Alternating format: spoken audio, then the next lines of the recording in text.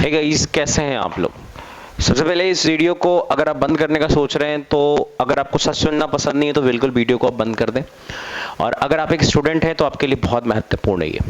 तो जो मैं अभी कहने जा रहा हूँ, आगे के आने वाले 4 से 5 मिनट मैं आपका लूंगा, लेकिन उसमें मैं बहुत भयानक भयानक बातें बताऊंगा। प्लीज आप सुन लें। अगर आप एक स्टूडेंट हैं, अगर आप एक युवा हैं, अगर आप एक बेरोजगार हैं, तो आपके लिए बातें हैं, सुनिए।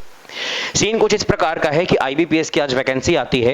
2020 का समय चल रहा है, कोरोना का काल चल रहा है। मैं कुछ कुछ बातों को मानूंगा और कुछ कुछ बातों को आपके सामने बोलूंगा भी।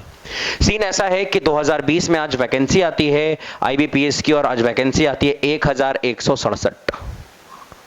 इसके ठीक पहले 2019 में वैकेंसी आई थी 4336, उसके पहले आई थी 4252, उसके ठीक पहले आई थी 3562, उसके ठीक पहले आई थी 8022, 8822, उसके ठीक पहले आई थी 12434, उसके ठीक पहले आई थी 16721, उसके ठीक पहले आई थी 21680, और उसके ठीक पहले आई थी 22000।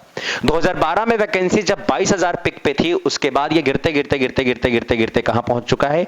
1667 पे, 1167 पे। आप एक बात बताइए, इस तरीके से अगर आप वैकेंसीज को कम करते जाओगे, बैंक को मर्ज करते जाओगे, तो एक आम आदमी कहां जाएगा? आप हमेशा प्राइवेटाइजेशन को जोड़ दे रहे हैं। अगर प्राइवेटाइजेशन होगा तो लोग जॉब कहां पे करेंगे? क्या आत्मनिर्भर इतना इजी है आत्मनिर्भर बनना? आपको पता है कि अगर मान लिया जाए, अगर बैंक पैसे भी दे देती है लोगों को बिजनेस करने के लिए, तो आपको क्या पता है कि लोग किसने बिजनेस कर पाएंगे या नहीं कर पाएंगे? क्या सारे लोग बिजनेस के लिए बने होते हैं? क्या हर एक लोग से बिजनेस पॉसिबल है? बिल्कुल पॉसिबल नहीं है। इसमें गरीब का बेटा और गरीब होता जाएगा और एक अमीर का बेटा और अमीर होता जाएगा। एक सरकारी नौकरी ही, एक पढ़ाई एक ऐसा चीज था। शिक्षा व्यवस्था ही हमारी शिक्षा व्यवस्था एकदम बिल्कुल भी सही नहीं है। और शिक्षा ही एक ऐसा चीज था जिसके बदौलत एक गरीब आदमी भी आगे बढ़ के अपने बेटे के दम पे वो अपना दिन चेंज करना सोच सकता था, लेकिन वो भी पॉसिबल नहीं है क्योंकि वैकेंसी इतनी घट गई है। कहां से होगा? 1167 वैकेंसी है, बच्चा क्यों तैयारी करेगा ये बताओ मुझे। और इतनी वैकेंसी पे क्या होने वाला, आप मुझे ये बताओ। मैं तो 3 एग्जांपल आपको दूंगा, आप प्लीज अपना बिल्कुल अपना पलक भी मत झपकाना, वीडियो पे लगातार टिके रहना। अगर आपको गलत बात लगे आप नीचे लिख के जाना। अब मेरी बातों को सुनना। 22000 से वैकेंसी शुरू हुई थी और 1667 वैकेंसी तक हम लोग पहुंच चुके हैं। इतना कम डेटा हो गया है, और साथ ही साथ जो हमारे फॉर्म भरने वाले लोगों की संख्या है वो 10 लाख से भी ज्यादा है। आप अगर 10 लाख रुपए की गाड़ी खरीदने जाइएगा ना, तो आपको वो जो शोरूम वाले होंगे वो 1000 रुपए का केक वेक और ताम झाम में बिल्कुल यूं ही पैसा बर्बाद कर देंगे। जब आप 10 लाख का चीज खरीदने जाते हो तो उसमें 1 लाख का कोई वैल्यू नहीं होता है, सॉरी 1000 का कोई वैल्यू नहीं होता है। और आप 10 लाख के कैंडिडेट में 1000 सीट देके कौन से वैल्यू निकाल रहे? इससे बढ़िया नहीं देते तुम। क्यों दे रहे हो वैकेंसी? अब तुम ये कहोगे कि इस बार कोरोना, अरे भैया को ये 2019 में भी कोरोना था क्या? 2017 में भी कोरोना था। लगातार बैंक को मर्ज कर देंगे। अरे आपका पास एनपीओ हो रहा है तो क्यों एनपीओ हो रहा है उसको सुधारोगे या वैकेंसी कम कर दोगे? बैंक को मर्ज कर दोगे। हर एक चीज को आप प्राइवेट नहीं कर सकते हैं ना। अगर हर एक चीज को प्राइवेट कर देंगे तो सरकार नाम का चीज ही हट जाएगा। एक दिन तो हमें ऐसा देखने को मिलेगा, भारत सरकार प्राइवेट लिमिटेड, ये लिखवा दो।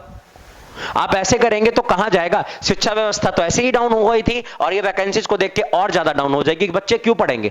अब आप कहते हो प्राइवेटाइजेशन होना चाहिए। प्राइवेटाइजेशन कब होगा? आपको अच्छी शिक्षा मिली है क्या? एक गरीब का बच्चा क्या एक अच्छी शिक्षा पा पाता है? कोई गरीब का बच्चा अच्छी शिक्षा कैसे पा पाएगा? भाई वो सरकारी स्कूल में जाता है, और आप लोग सरकारी स्कूल के मास्टर को भी कहां छोड़ते? उससे जनगणना करवाते हैं, कोरोना में करवाते हैं, इलेक्शन में काम करवाते हैं। वो इलेक्शन में काम करने आया, पढ़ाने आया है? कहां से होगा काम? आप ही बताओ।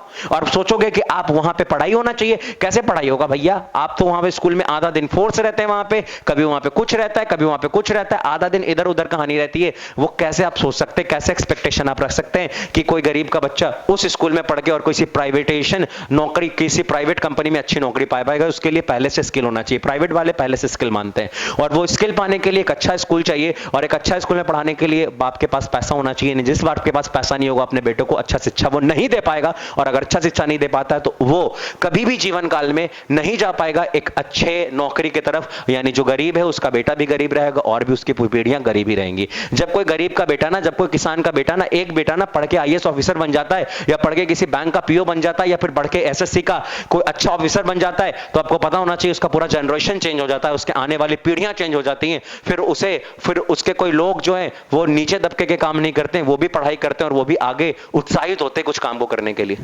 आप खुद सोचिए, अगर वैकेंसी नहीं रहेगी तो बच्चा क्यों पढ़ाई करेगा। और एक बात और, अगर आपको प्राइवेट करना है कोई बात नहीं, प्राइवेट करना बहुत अच्छी बात है, लेकिन आपकी शिक्षा नीति पहले से प्राइवेट लाइक नहीं है। हमारी शिक्षा व्यवस्था प्राइवेट लाइक नहीं है। बच्चों को उस तरीके से ट्रेंड करिए। आप भाई प्राइवेट पहले कर रहे हो और बाद में शिक्षा व्यवस्था ला रहे हो, फायदा क्या। पहले शिक्षा व्यवस्था लाइए, उसके बाद आप प्राइवेट करिएगा। आगे आइए, आगे देखिए, आपको पता होना चाहिए जनरल और ओबीसी वाले को 850 रुपए लगेंगे और 175 रुपया देना पड़ेगा एससी एसटी वालों को। आपको पता है कि कम से कम 10 लाख लोग इस फॉर्म को भरेंगे और 10 लाख से ज्यादा, मैं एक अमूमन बता रहा हूं, पिछले साल 20 लाख लोगों ने फॉर्म भरा था, इस लाख मान लेते हैं कि 10 लाख लोग फॉर्म भरते हैं, तो अगर 10 लाख लोग फॉर्म भरते हैं तो आपको पता होना चाहिए कि सरकार के पास 85 करोड़ रुपया जाएगा। और इस 85 करोड़ में से मान लेते हैं कि 10 करोड़ एग्जाम लेने और ट्रेनिंग कराने में खर्च कर देगा, तो उसके बाकी का 75 करोड़ का हिसाब कहां पे गया। आप मुझे जल्दी से बताइए 75 करोड़ जाएंगे कहां पे। ये 75 करोड़ क्या होगा। आप कहोगे सर्विस होगा, उसको सैलरी मिलेगा, तो जो सर्विस करेगा वो क्या सर्विस नहीं करेगा, वो सरकार को सर्विस नहीं देगा। अगर आप एक स्टूडेंट हैं तो इस वीडियो को ज्यादा से ज्यादा शेयर करिए, सारे बच्चों तक पहुंचाइए, ताकि आपको पता चलना चाहिए, ताकि सबको पता चलना चाहिए कि कुछ होने वाला है, कुछ करने वाले हम लोग हैं। और जब तक हम लोग कुछ काम नहीं करेंगे हम यूं ही हाथ पैर मोड़ के बैठ जाएंगे। मैं ये नहीं कहता हूं, मैं ये बिल्कुल भी नहीं कहता हूं, मैं किसी की भी बिल्कुल भी निंदा नहीं करता हूं, मैं किसी सरकार की निंदा नहीं करता हूं, मैं हर एक सरकार की बहुत रिस्पेक्ट करता हूं। बहुत अच्छा है हम लोग राम मंदिर बना रहे हैं, बहुत अच्छा है हम लोग 370 हटा रहे हैं, बहुत अच्छा है हम लोग पुलवामा अटैक का हमला ले रहे हैं, लेकिन बहुत अच्छा तब होगा जब हमारे देश के युवा कुछ करेंगे, बेरोजगार नहीं घूमेंगे। मेरे भाई, बेरोजगारी बहुत बढ़ रही है, और अगर आपको लग रहा है कि आप बेरोजगार हैं तो इस वीडियो को शेयर करिए। और इस वीडियो को ऊपर नीचे कुछ लिखने वाले लोगों को मैं पहले ये बता दूं कि बेटा आप लिखने के लिए तो कुछ भी लिख सकते हो, बाबू आप लिखने के लिए तो कुछ भी लिख सकते हो, बच्चा मेरे आप लिखने के लिए तो कुछ भी लिख सकते हो, लेकिन एक बड़ी बात आती है, एक बहुत खूबसूरत आती है कि भाई आप पहले उस स्टूडेंट को देखिए जिसका लास्ट साल था, जो कई सालों से मेहनत कर रहा था, कि अगर वो इस बार कुछ एग्जाम देता है और एग्जाम निकल जाता तो उसके साथ कुछ होगा। एक बार की बात है, मैं क्लास से जब निकला है, मैं maths teacher, my name is Nishant Kumar Shah, मैं एक बार क्लास से निकला, एक बच्चा मेरे कंधे पे आकर रोने लगा, बहुत तेज से रोने लगा।